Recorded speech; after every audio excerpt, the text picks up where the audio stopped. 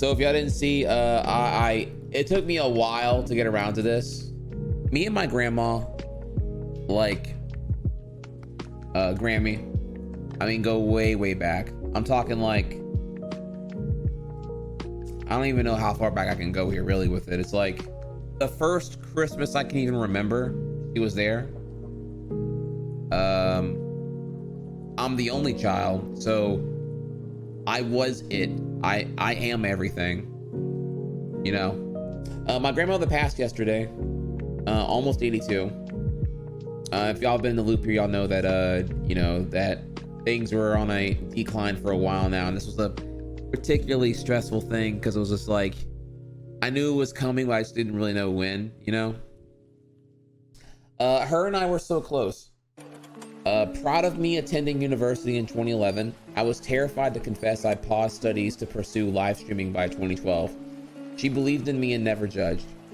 There's a special award for parents like that, right? And I use parents on purpose because, like, to me, there's definitely a scale, or there would be implied a different scale for like what grandparents are expected to do compared to parents. And oh man, she really came through hard in the teenage years. If you're wondering, like, I don't know, have you ever seen me like type in the Discord and you wonder like why my grammar is so like on point and my spelling, and I'm pretty punctual even on a casual sense? It's because like she, I don't know, made me feel really prideful for always coming off educated. She was I'm reading here, sorry. She was a public school teacher for 34 years. Believed in education, building the foundation forward to a successful life. Can't quantify what it was like to go against that and still be encouraged to give my own ambitions my all. Feeling accepted for who I am. Which I'll tell you more about later here, but let's scroll further down here, right? So, this was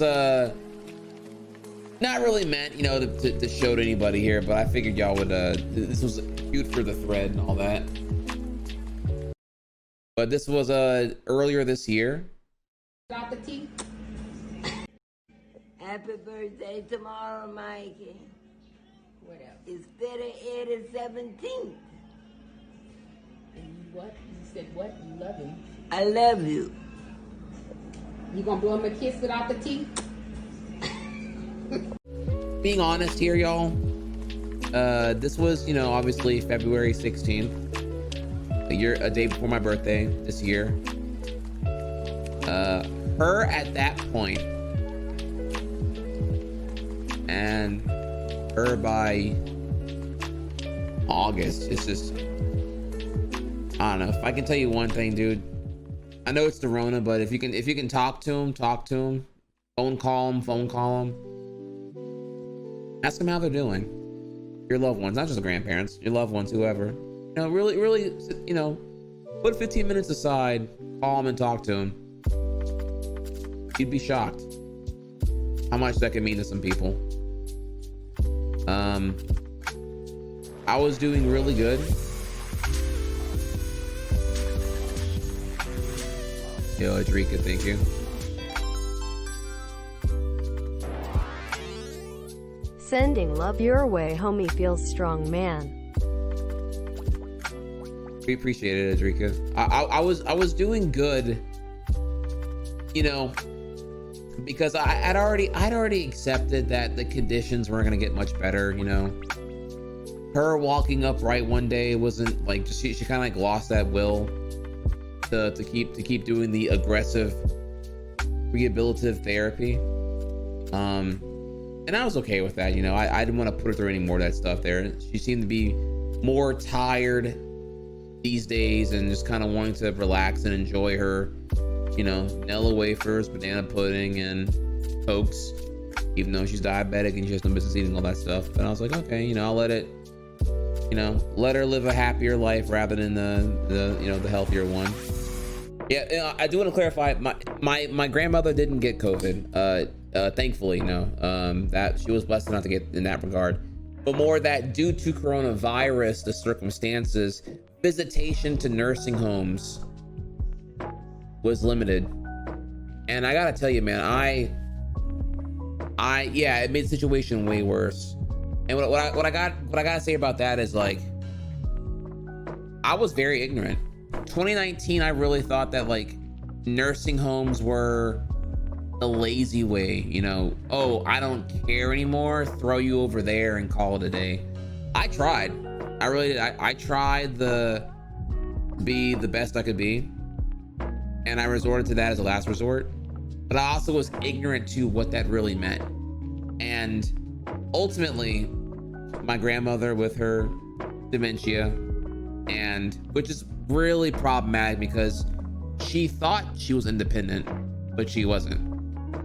When she had a stroke late 2018, she lost like the ability to use like half her body. The left leg would kind of drag, the right leg would do the real step. The left arm was kind of limping, couldn't do much, and the right arm got significantly weaker as well, or something. I don't know. It was just a lot. So it's just like, it was a lot. It was 2019, if you guys recall here. It was a lot. Once the reason why the stream content got so good around March, when the Rona hit, was because I literally got her a nursing home like end of January. Very lucky I did. I was like, all right, I'm gonna give her one more Christmas and one more Thanksgiving in 2019 because I can't do this anymore. I'm like, it's just costing too much money. I can't. I'm losing too much time. I'm my own ship is sinking, trying to keep hers afloat. And if mine is sinking, then who else can I save whenever I'm not afloat, So that's kind of where we are with it right now. August last year through January 2020, I gave her a home. I got her own house, had a rental, got her 24/7 nursing staff that I covered, and gave her an environment where she could still, have her independence alongside the required resources, and let things go from there. The problem with even that, though, is just that, like, we're talking like total dependency. Like, it was an all-day effort. I had to go over there and pick her up because she fell over because she thought she could walk, and she can't. She get out of bed thinking she can walk, forgetting she can't walk, and just fall over. And it's dangerous. It was really, because it was usually middle of the night. I get called by a nurse to go pick her up because she's not the lightest one in the world here. So, and also she's old and weak, so I can't really just eat her up. I have to gracefully get her up and not put too much of the force on her when I'm doing so. So it was just like this really delicate situation, and I'm like, okay, this is not working out. I need a bed with rails. I need more safety measures. It's just getting more and more problematic. And ultimately it led to me saying, okay, well, look, something's got to give here. And I'm guessing nursing homes are better prepared for this than I am. This is not working, actually. So then I got her a nursing home. I went there, I scoped them out, saw a couple of them, saw the nice ones that were, pretty clean and everything. Not like I thought they would be at all, actually. And when she was there, she seemed a lot happier. She was around other people. It's social. You're not just like stuck in your, room all day. You can go out and play bingo and get your hair done and stuff like that. And it's really cool. But what really caught me off guard here actually was the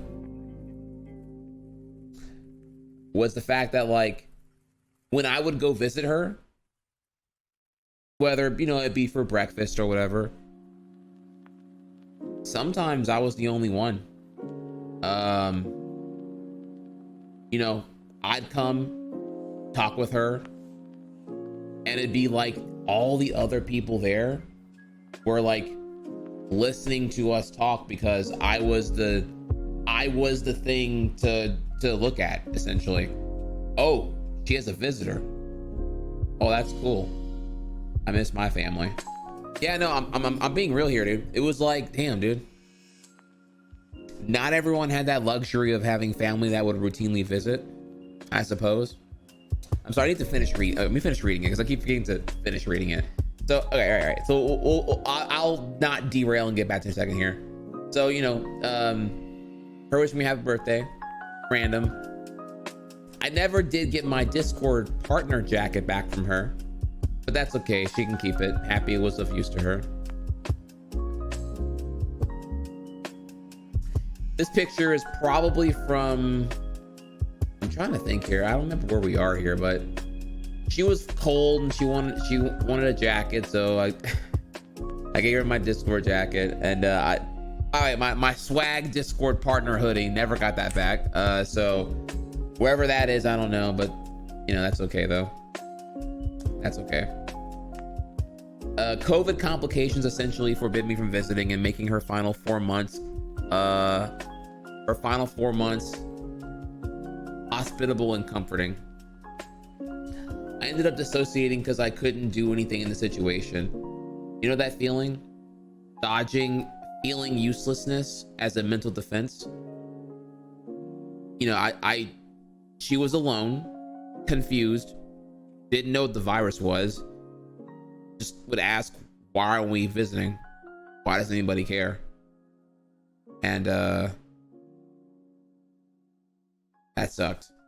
That really sucked, and I couldn't do anything about it. I didn't know what to do about it, really. You know,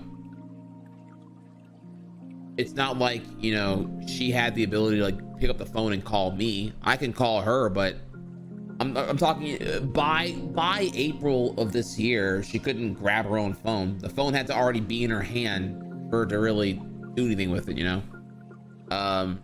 So it has to be the nurses grabbing her phone and calling me, which is like a lot to coordinate whenever the nurses are, 2 of them tested positive for COVID, the nurses of the staff there, so they had to like super isolate. So it was just like, you know, as COVID continued to become more of a burden, the staff got stretched thin and they really couldn't do much, you know. At least it's what I was told, you know, when they would answer the phone, when I would call. It's just like, you know, there's so little you can do. There was so little I knew that being stressed by it without any power to do anything about it was just, you know, a one-sided affair of bad news. So it was just like, okay, well, I'm just going to dissociate, assume the best, and wait for an update. You know, so it's a really, really weird stress to be in, dude. It's really, really weird. Like a subconscious dissociation. Anyways, I got the funeral Monday and all these preparations to coordinate over the weekend, and I haven't seen the body. And I anticipate it's all gonna hit me at once at some point. Not exactly pro at funerals and grief. None of us are, I hope. And then finally, thanks for reading, going through a lot and trying to stay afloat. I implore you to check out the chain of threads of how much he means to me while rising up to be your guardian for the last 1.5 years. So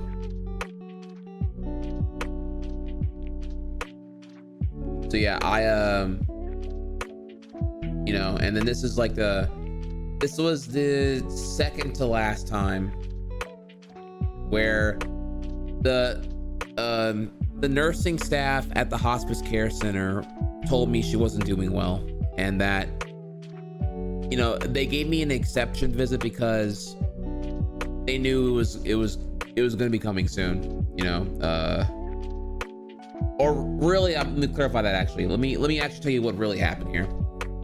They called me over because I had power of attorney, because I, you know, played it smart and made sure to, before she declined too hard, I was like, hey, look, let me tell me what you want me to do and I'll get it done, but I need legal authority to do so. So let's go ahead and do that.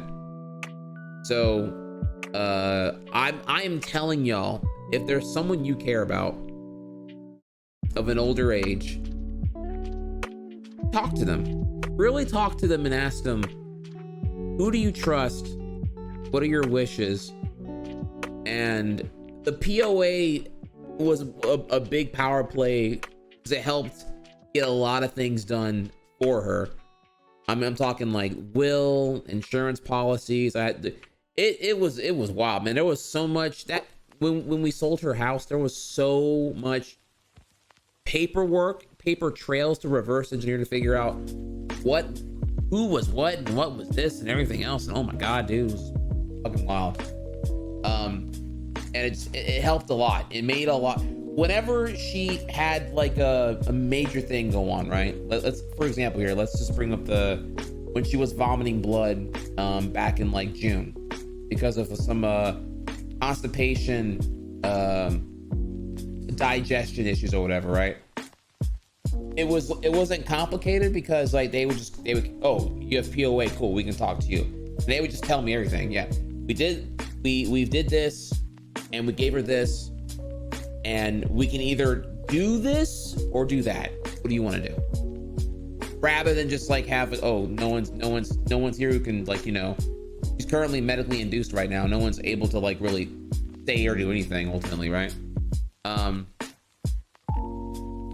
So yeah, by April 2019, I got the power of attorney and it helped a ton. So it came into play here again because with the POA, they gave me a very very hard decision to make, y'all. Essentially, she told me, hey, she's not doing good. It's not getting any better. You installed a feeding tube in her stomach to help get her nourishment because she had some complications from her throat or whatever, which again, a different story there. But what's happening is we are on the daily now. We are giving her artificial nourishment because she lacks appetite to eat, and then we are because her digestion isn't going well, she gets very irritable and we have to flush it out essentially. So we're doing artificial insertion, artificial extraction, and both of those are hurting her a lot. And then we have to give her a lot of morphine to have her tolerate that pain. It's not living. It's a lot of pain for her, and it's a ton of screaming coming from her until we give her the morphine. What do you want to do? Do you want to continue to do this? Or do you want to use this as an indication that her body is trying to shut down and let nature take its course? That's a very unique stress. That's not, you know, or do you want to allow death to occur essentially?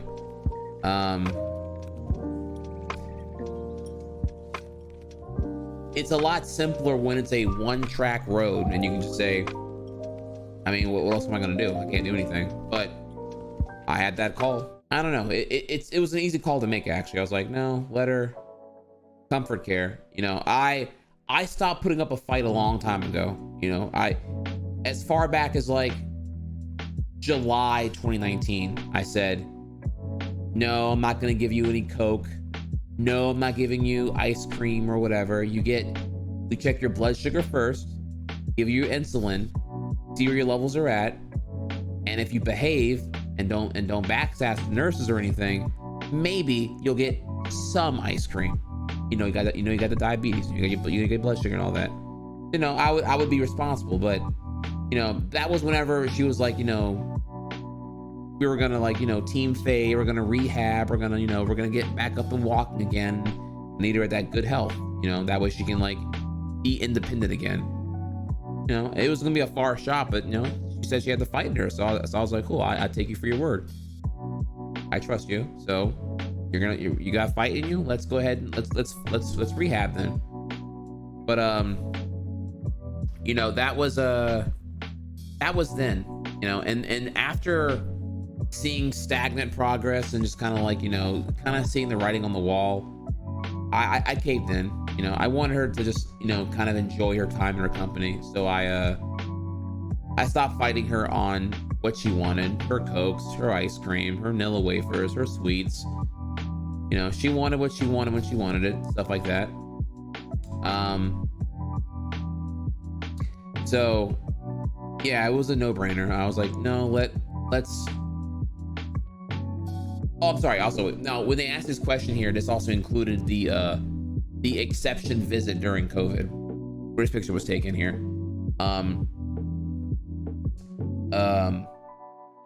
It wasn't good. This was awful, actually. This is also the first time I've seen her since before the Rona. Like, what day was this? And this is like way before it. Oh yeah. Yeah, July 29. I hadn't seen her since like March 10th. You know. So, and it was. I haven't really talked about it on stream here, but it was a lot, man. 3 months. She had declined so much, and her eyes wouldn't open. She wasn't making full sentences. I couldn't make out what she was saying. It sounded like she was complaining about something hurting the whole time. She lost a lot of weight, obviously. I just knew that it was like, I knew that last time I saw her, you know, it was like, sure, dementia, sure, memory loss. I mean, like, you know, like, I was like, she would forget what we were talking about like 10 minutes later, kind of memory loss.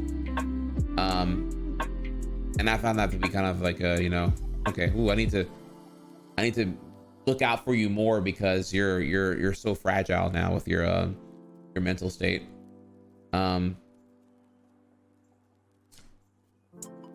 But you know, we could have full sentences. You know, she would ask me, how's Venom doing? Oh, Jessica, how's Venom doing? I'd be like, she's doing great, you know. Because again, you go back up here and her whole like her whole thing as a school teacher, and I told her that, you know, Venom was doing you know, she started her semester pursuing her art degree and all that, and she was like really happy, and you know, just always hearing about the updates from Jess, man. She loved her a lot. She always wanted, every time I go visit, you know, it was always like, oh, where's Jess? I'm just like, oh, she's in class, you know, we'll come together, you know, next time. And we did and stuff like that. But you know, whenever I would go visit, it was always, you know, oh, it's just you? Where's Jess at? And I was just, every time, dude, every time I'm like, you gotta go see her, so we gotta go see her. But yeah, at this point though, this wasn't a good visit. Screaming, agony, pain, just, I was like, this isn't living. So I made the call to stop feeding her tube. If she, you know, the idea is to, you know, not artificially maintain. So obviously if she's hungry, you know, we'll feed her, but we're not going to use the pecking tube anymore and all that stuff right there. Which what happened then is like, you know, things went in a better direction. She started napping more often. She was missing her vitals, you know, her vital amount of nutrition, but you know, she was now sleeping more often, and just no longer in pain. I would say she slept a ton more. The body was ready to shut down. That's essentially what was the derivative there, you know. So I had a second visit with her. This was probably what, today's Friday? This was probably last Saturday, I want to say. I forget the exact day. It was either last Saturday, last Sunday here. The nurse called me, told me, hey, look, if y'all want to come again, I can make another exception because I really think it could be any day now, like for real. And so me and my mom went there, and that time it was a great visit. It was an awesome visit. That time she was sleeping, or napping, and stuff like that. But this time, mom played her favorite gospel songs on her phone next to her. We all spoke with her. I brought the flowers. If we scroll down here past all this stuff,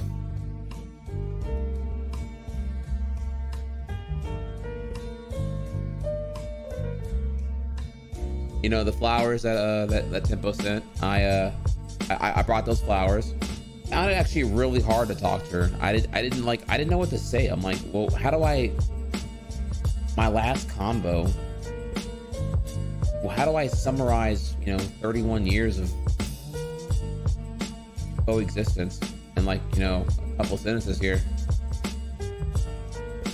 I don't know. I was kind of like dumbfounded, didn't have a really good way to say what I wanted to say or what to do. Partially also denial too. I'm just like, is this really it? This is it right here? Like this is gonna be it right here? That was a good visit though. She wasn't in pain. No pain at all. No morphine. Just sleeping. And like some reactions, it was like her eyes were, it's almost like she was too weak to open her eyes. So her eyelids would twitch a little bit to certain certain stimuli, I suppose. So we had the idea that she was there. We called a couple family members on speakerphone, and they would say something to her, whatever they wanted to say. But it was a good visit. In fact, it was so good I actually forgot to take a picture to to make that memory, I suppose. But it was good. And then I got the call yesterday morning, 3 a.m. that she had passed. She was a fighter, man. She held on for a while. I'd say almost 2 weeks without eating. Just a lot of sleeping. They asked me, hey, listen, we'll have the body here. We'll have her here for a couple of hours before taking her to the next stop. Do you want to visit? Do you want to see her? And I was like, my gut reaction was no. I don't want to, I don't know if that's weird or not. Again, I'm very new to the whole thing. I was like, no, I don't want to. I'm trying to really remember the able body, the fighter, all that stuff. So I opted not to. Talked to my mom for a few minutes. Called her after the nurse called me.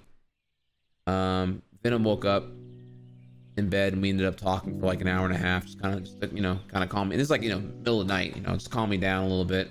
And I was just like, nah, I don't want to see that. I don't need to see that.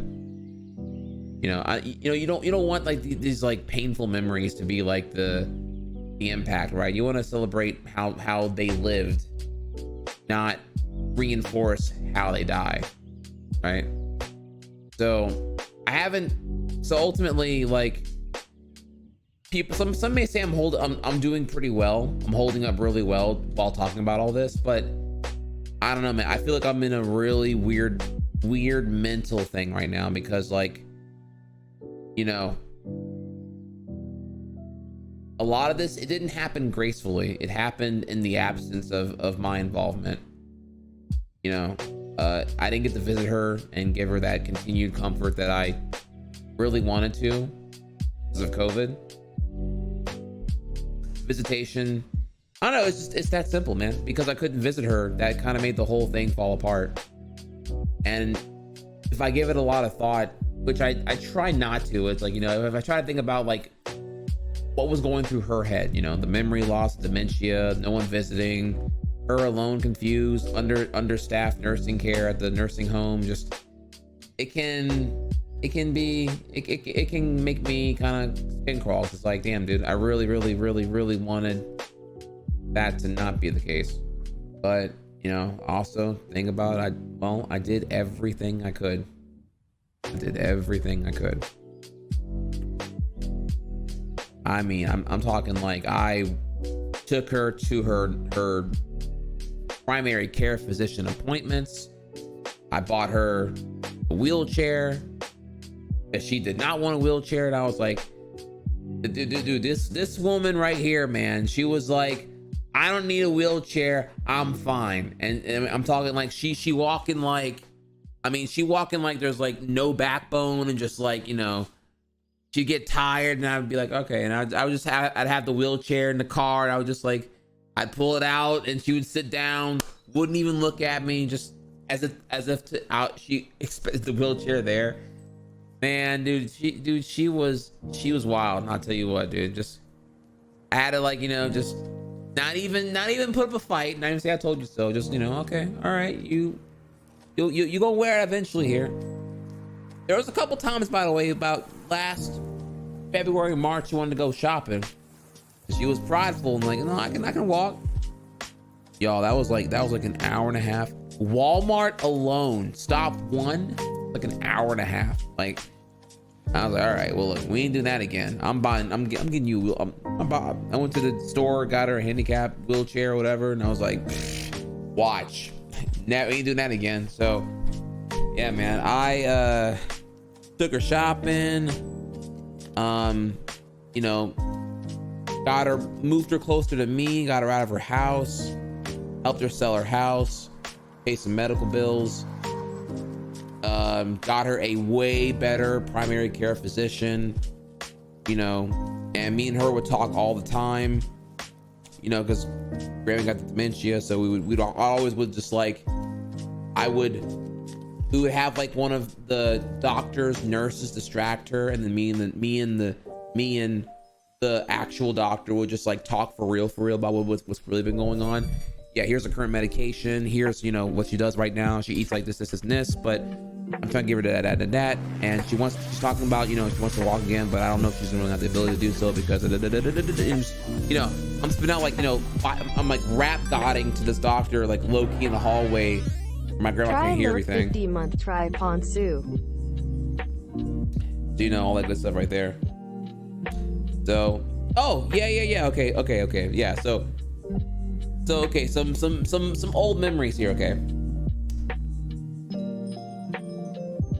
The reason my grandmother and me are so close is because when my parents divorced, when I was like 11 years old, right?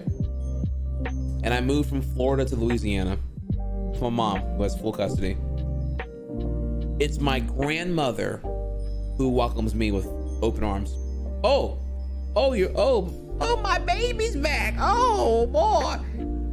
So my grandmother, who was a school teacher for 34 years, retired, actually was like, oh, well, I want to be involved in my only grandchild's schooling. So she picks which school I go to, and then the public system picks the best one. Takes me there every morning. She makes breakfast every morning. She tells me, oh, well, look, I'll tell you what, why don't you come to my house on the weekdays, and I'll take you to your mother's on the weekends. I don't know if I told you that or not. That was the thing, by the way. And so middle school was grandma's house on the weekdays, and I go to my mom's on the weekends.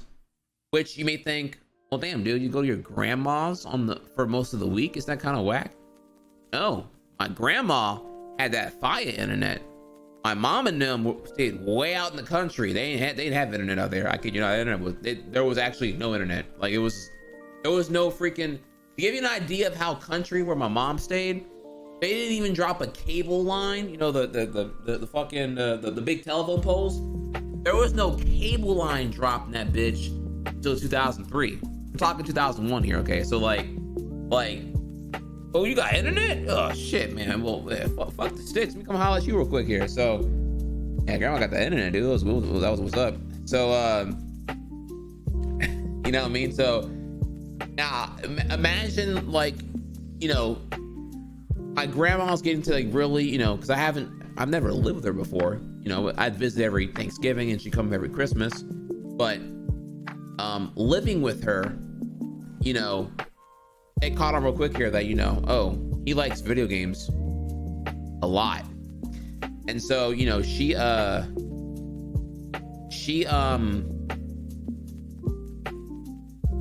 didn't judge. You know, if I got good grades and I showed effort in school, all right, well, I'm not gonna, she never pulled the, oh, those are gonna, them video games gonna rot your brain. I don't know, it's kind of, no, she was like, no, dude, you kick ass in school. I mean, I ain't mad at your shit. Back again, she even offered me the, dude, she was like, look, I mean, again, to be fair here, this is only child privilege AF, okay? But like, she was like, look, as a 13-year-old, she was like, I'm gonna give you an allowance, okay? I'm gonna give you $50 a month if you stay on point and do everything. So it was like, look, cut the yard, take out the trash, keep your room clean, don't backsass, get good grades, $50 a month. I was like, oh, dude, done. You ain't gotta worry about shit, dude. You know how many Yu-Gi-Oh cards that is? Man, that's one, bro. It was like, that is almost 3 Dragon Ball Z VHS tapes, or that is 1 video game brand new that comes out that month, or that is a fuckload of Yu-Gi-Oh cards. Either way, it's like, yo. That is like, you know, that is like, yo, that's all I needed, bro. Mad motivation. I knew the game. I was like, all right, cool. You got it. You got a goddamn deal. I was out there cutting the grass, doing the thing, blah, blah, blah. And yeah, you know what I mean? Just like, did I tell her all this? Oh yeah, she knew. Actually, she did not. She wasn't a fan of me, like, you know. Now the funny thing here is, just give you some more lore, okay? The very first month that I got the allowance, I told her I know what I want, and she's like, oh, and I'm like, yeah, I want this game. And she's like, wait, you want to spend all your allowance right now on one thing? I'm like, yep. She's like, she didn't like that I was impulsive and I wanted something, but I was like, no, this is really important to me. That game, Sonic Adventure 2 for Dreamcast, July 2001, I want to say. That was dude, it had just dropped. You know, I had the DC, you feel me? You know, I'm a huge Sonic fan, you know what I'm saying? I was like, yo, look, I promise you, this is like I'm not being impulsive here. I had to kind of convince her. I'm like, no, let me explain to you why this game's important, all right? It's just like, yo, so the allowance enabled me to, so I was like, yo, I got you. I'm cutting the grass, I'm doing the thing, and whatever you want, whatever, right? Eat all the food, whatever I gotta do. Boom. Like, I was like, done, cool, there, swag. Now, of course, there was limitation here because, like, no. Even though it was 50 allowance, ain't nobody trusted the internet, so I didn't have access to online shopping. Ever. That never happened. She was like, I don't trust that. I'm like, oh, dude, that sucked, because it was like, man, if I had 50, I can do online shopping, bruh. So no, I didn't have that. But anyway, so no, it was a really, you know, big trust. He was like, you know, as long as you're doing good in school, I can't complain. Well, I was kicking ass at school at that time. Believe that. Yeah, she never judged. I mean, she admired that I was really good with computers. She was like, oh man, I hooked up her printer for her, and I, you know, updated Windows, and I made sure that, Kazaa and Lime and LimeWire and BearShare are all updated and running great. You know, she never used them, you know what I'm saying? She had to know all that stuff, but, you know, hey, them things are running A1, baby. Vroom. So Poops. You know, don't worry though, boys. Look, the computer only ran like total shit for about half a year. Because once I learned about system reformat, I was like, oh, I can reboot this shit back to factory condition. Shit. Yo, me download, you know, Linkin Park, Meteora.exe. Whatever the fuck, and just like get what I gotta get, and then just fucking nuke it anyway, dude. Like just over and over and over again, bro. Just like while out until it's a pile of shit, then just reformat again, dude. So fuck it, dude. Fuck it, bro. She didn't judge me, so I was able to like just kind of like do a lot. You know, the Yu-Gi-Oh dueling that happened at her crib. The Photoshop practice happened at her crib. The Dragon Ball Z, you know, web ring website amateur, GeoCities, AngelFire.cgb.net era, all that at her crib. You know, I was like on the internet, dude. Like I would be, sure, school sucked social wise. I got my grades I had to get though, and I get home and I would just lose myself online. And she really helped me with that. That was definitely a big thing here. And of course, as you already know, I've told you before here, where did the speed running start? At my mom's house, started at her house. You know, she had the nice VCR with the big 25-inch CRT in the bedroom, and that's where I would go.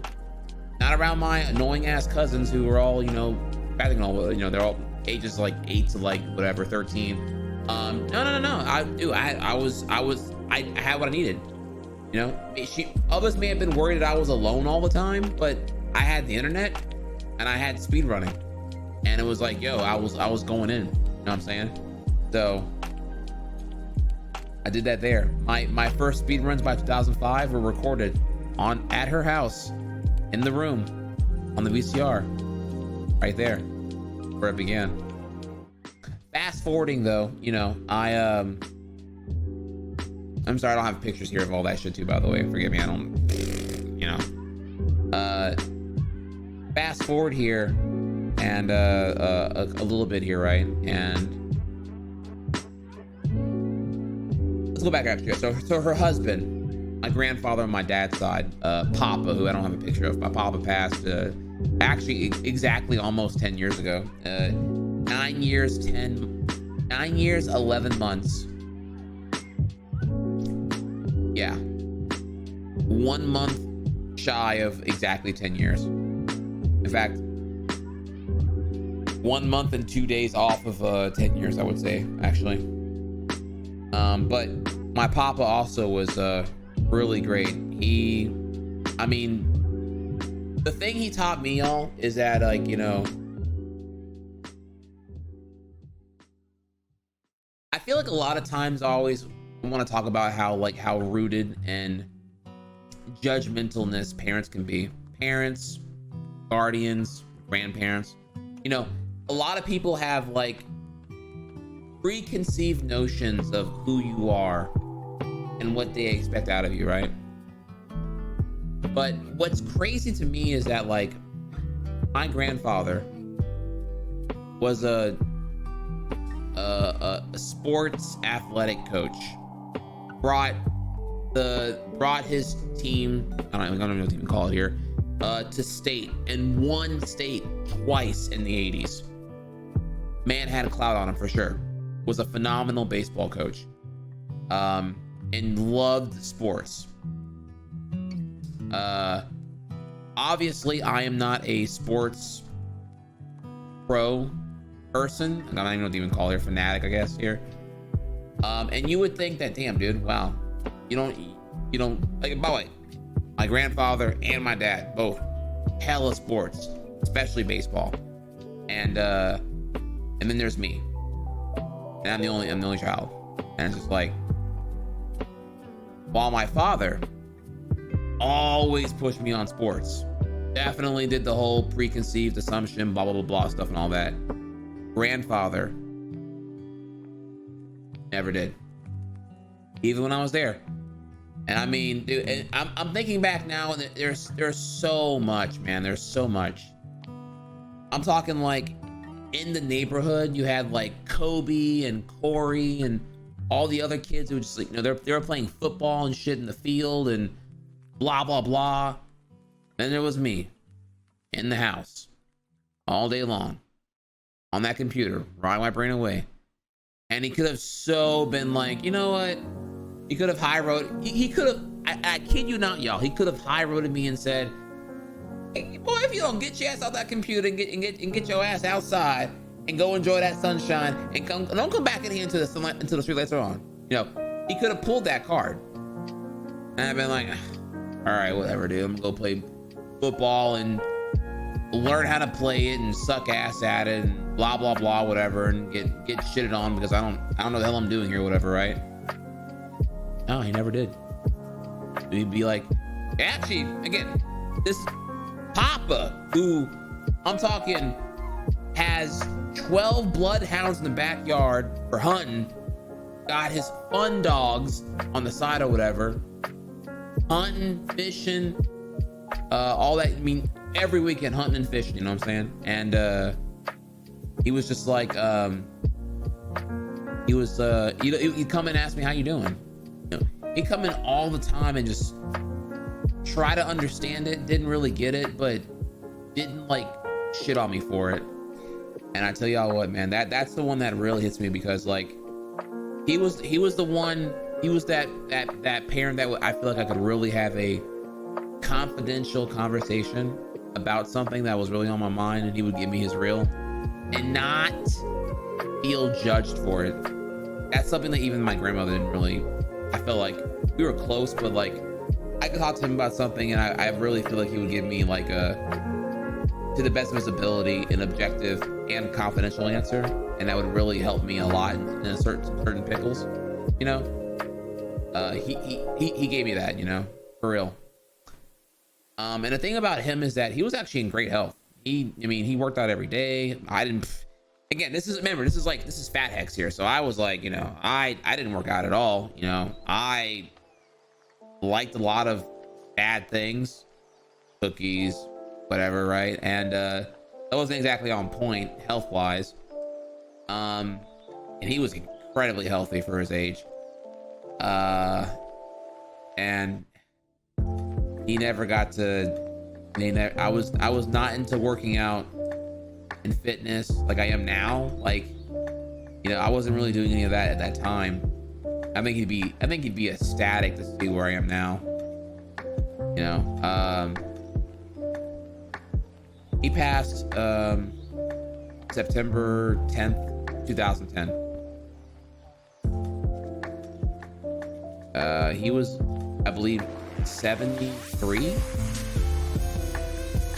Is that about right? Yeah, some of that age there. Yeah, it was complications from a stomach intestine issue. People fat. That I think it's Takaro that escalated very, very quickly, and doctors were like waiting another 12 hours for it to get better, but they could have did elective surgery to check it out beforehand. But again, that's their side of the story here. I don't really know. It's just that the point being. Let me go here. The point, not about how he passed here. The point is, his death taught me the importance of time and opportunity. I thought I had time. I really did. I was like, you know, I at least had at one point said, you know, well, he's the one in my and he's my grandparents in the best health right now. I'll have the most time with him, so I'll figure out something soon. Because I did. I realized, I was like, you know what, dude, you gotta go fishing. I think fishing's boring as hell, or I did at that time anyway. This is like when I was like whatever, like 19 or whatever, right? And I was like, fishing's kind of whack. Dude, I got a weekend free. I'm trying to like go play, you know, some Yu-Gi-Oh, some Magic, some DDR, hang out with my friends. I got my car now, you know, it's cool. I can do my thing. I have all this disposable income, and I'm a teenager, I'm a young adult. I can go like do shit. Who's got time? Why do I want to burn a weekend going fishing with my granddad? Man, y'all. Yeah, that. And what's worse yet is that when I was like 14, he was like, would you want to go fishing at some point? And I was like, yeah, that'd be cool. And I don't want to be rude and say no. I was like, man, video games are lit. I mean, we'll go fishing eventually, I'm sure, but you know, I mean, video gaming right now, you know what I'm saying? And yo, he surprised me with he came in with like a tackle box with some bait and a fishing pole and all this stuff. Like, I'm talking like straight out of Goofy movie. And I was just like, oh damn. He like frame one got me all this fishing gear. Because I said yeah, even though I was kind of lying, but I said yeah. I need to really come through and go fishing with him, dude. I felt that. And I really felt it whenever I found that fishing tackle box in my closet like a couple years later. And I'm sorry, I hate to even, I really want to tell y'all a pretty lie, but you know, I don't want to lie to y'all. The pretty lie would be, you know, that I went fishing with him at some point. I didn't. The pretty lie would be that the fishing tackle box didn't get dusty because I forgot it in my closet for years. It did. I did. But I saw it and I was like, no. Okay. All right. Feels bad, man. This thing's been in the closet for years. I've been keeping him on hold for years and he hasn't even like, you know, he's been really patient. You know, I told him I would go and I haven't gone yet, dude. Let's right that wrong, you know? You know, who knows? Maybe I would like fishing. I don't know. I ain't gone fishing since I was like 8 years old or whatever. Maybe fishing's kind of lit. Fuck it, we'll go. And I kid you not, I was gonna make plans that summer. When I was like, you know, free to go fishing with him. I thought I had time. I didn't. So that taught me a lot right there, you know. I used his legacy to like definitely don't wait until tomorrow for things you can do today.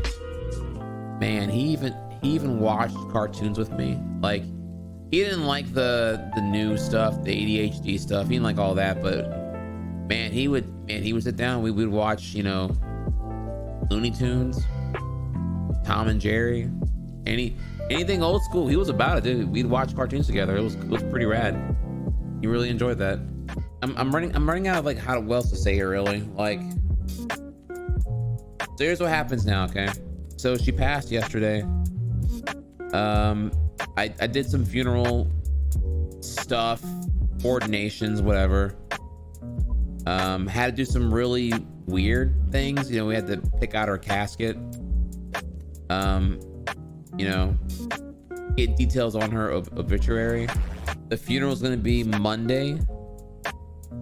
The body visitation is Sunday, is what the funeral home told me, and I was just like, oh, okay. So, cause I don't really know funerals that well. So apparently there's like a private ceremony where you can visit the body, I guess. So, and I have a lot of family coming in for it too. And I know y'all thinking here, like, you know, with the Rona, like, why you got family visiting? And look, I don't know, dude. Like, I'm telling everyone to wear a mask, obviously, but it's one of those things where it's just like, I don't know. What are you gonna do? Kind of, sort of here. The viewing usually for people to say their piece face to face. Yeah, so I'm probably gonna be a real mess on Sunday, because that's probably when seeing the body, it's probably when I'm going to really, you know,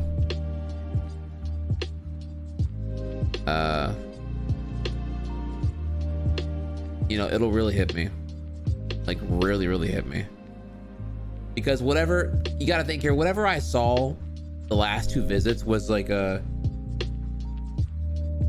so far removed from like what I'm familiar with. You know, like the decline of health for my grandmother was such a sharp plummet from when I last saw in March.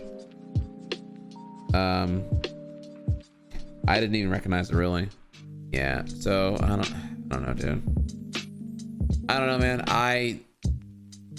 We will see how that goes. I expect it to be pretty tough. Another thing here, by the way, I suppose here is that, like, you know, when I brought a girl home, only one, special one, obviously, Jessica. When I brought her home, and and the family all got to see her in 2016. In the back of my mind, it was a little bit of a thing. It's like, you know, I never actually asked any of my family, like, are they gonna vibe with this whole thing here? Like, is interracial a big deal to any of them? Like, you know, I never thought about it, because, you know, my grandparents are old. You know, they were born in the 30s. You know,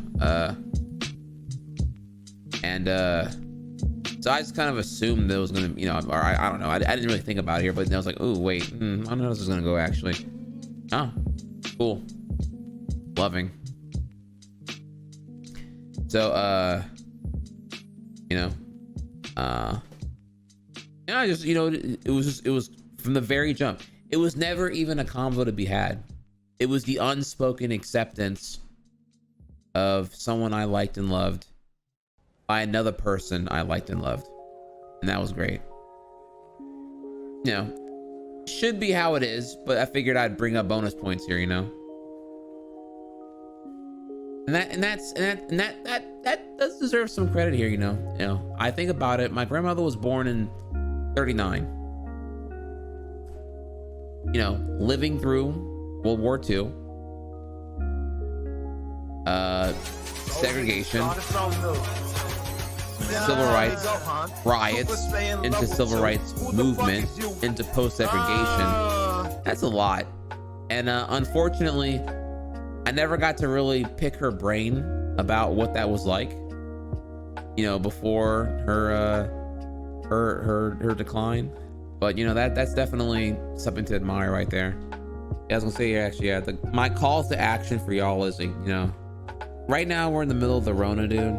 I think everyone's kind of stressed out and going through a bunch of shit here. Call them, man. Call those loved ones you haven't spoke with in a while. The ones that you would, the ones that you hope would call you if you were like, you know, in a time of need. Whoever it is. Aunt Betty, Uncle Carl. You know, I don't know. Your favorite cousin, your third favorite cousin, the cousin you ain't spoke with in 2 years. Shoot him a text. Hit him with that WYD. I promise you. You're not gonna regret it. She was an educator for 34 years. If you didn't know, I graduated high school and then I went to community college right after, because I was like trying to figure out what I wanted to do. And when I did that, I did like general studies for about 2 years, just getting my prereqs anyway, because it was all the same shit regardless. During that time, I concluded I was preparing to transfer my credits to university and kick ass there. I was fixated on my goal of Pixar by age 40. I loved art.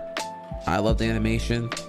I said, fuck it, dude. I'm gonna be broken and go out with a bang and do what makes me happy, right? So my goal was, I'm gonna get a flimsy art degree at university.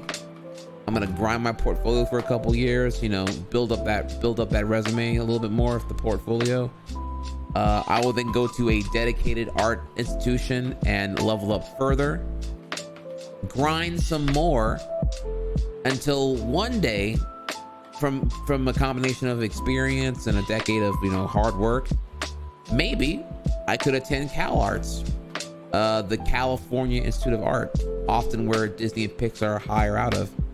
And once I get out of there, which by the way, if you're at CalArts, you're already like really good. Like everyone there is like ridiculously good, off top here. Like no one's trashed that institution. Yeah, you know, and then from there, maybe, just maybe, you know, I'll be at Pixar. Now, of course, some of y'all may say that's corny, or Pixar's overrated or whatever, but, you know, keep in mind, this was like a ambitious goal thing I had back in like 2007. You know, Up hadn't even come out yet.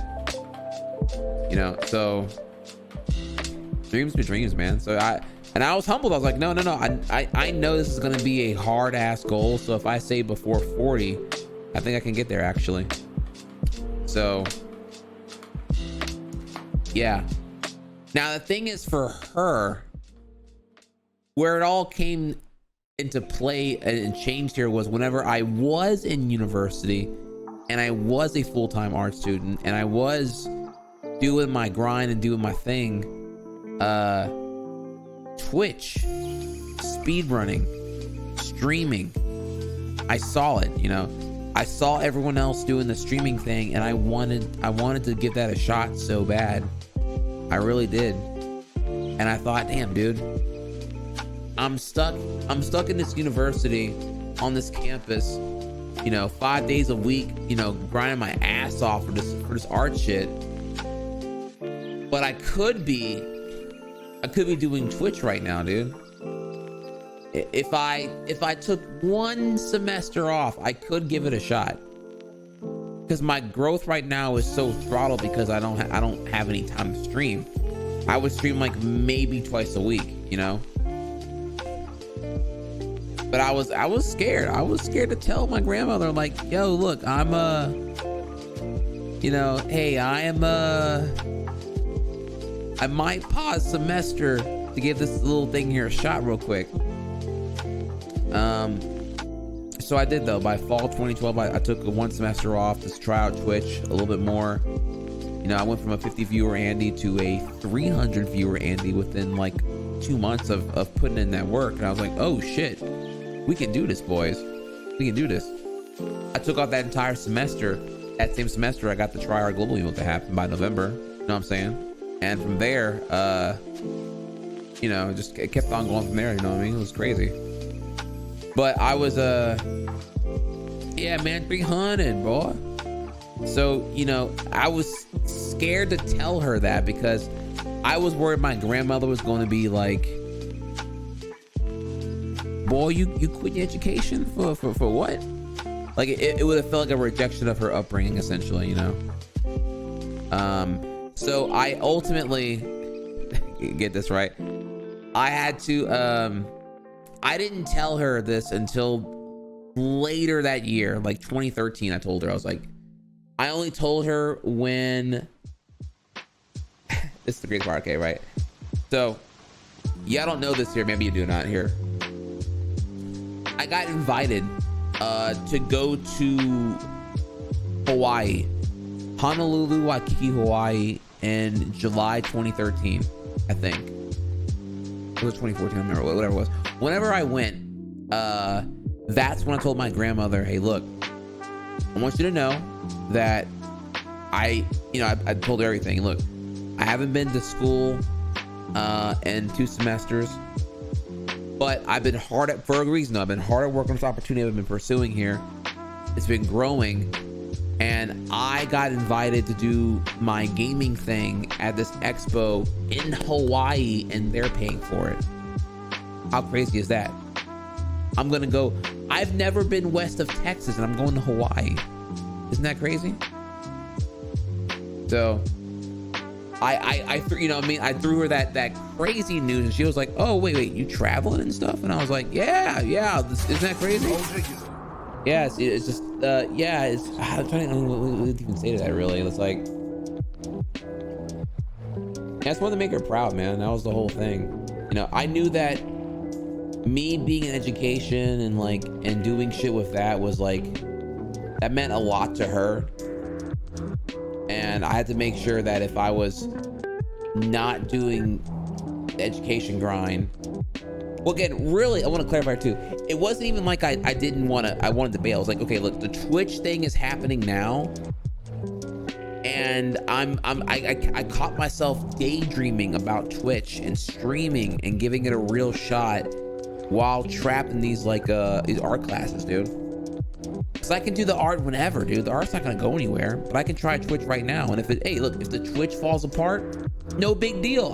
I'll resume semester. No big deal. You know what I mean? Reapply for the financial aid. Just fucking hop at it and go at it, dude. So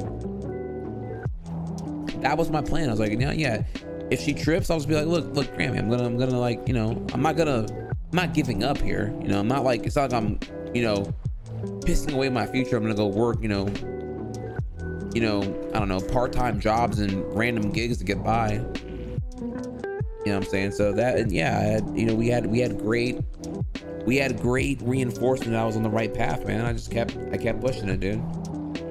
And that was like 2011, 2012, and then 2013 was the first time I saw signs of dementia and started talking about how like people were in the attic and they were messing with her things, and she was getting a little paranoid and all that. And I was like, I didn't know how to deal with it, you know, because I was like, well, there's no one there, Grammy. And she'd be like, they're just hiding. And stuff like that, you know. So, but anyways, yeah, that's so, you know. Anyways, back over here to the topic here. My call to action for y'all, for everyone here, is, you know, call that loved one, man. Don't live a life full of regrets. Give him a call. Give him a text. Shoot him that WID and see what's going on, and, you know, do your thing. Don't let time be your enemy. Let time be your reminder to cherish every moment and like live your best without regrets.